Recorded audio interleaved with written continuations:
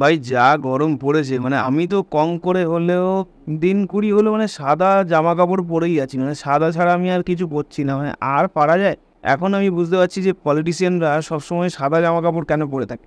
ওদের তো গরমের শেষ নেই ভাই, বিভিন্ন রকমের গরম, পয়সার গরম, ক্ষমতার গরম, জনগণের গরম, তারপরে মাথায় চিন্তা ভাবনা সেগুলোর তো গরম, মানে প্রচুর গরম। এমনিতে তো ওয়েদার এত গরম, তারপরে ভোটের প্রচার টোচার চলছে এখন, বিশাল মানে ব্যাপার।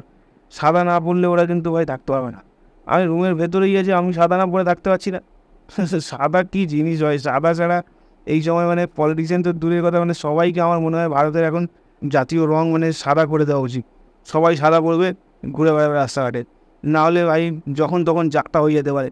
সাদা ছাড়া কোনো রাস্তা নেই, খুব খারাপ অবস্থা ভাই, সাদা পড়তেই হবে। রোদে যদি কেউ কালো পরে বেরিয়ে গেছে, মানে তার যে জীবনে কি অবস্থা হবে ভাই, রাস্তায় রাস্তায় পথে পথে নদী নালায় সে তার অবস্থা খারাপ হয়ে যাবে।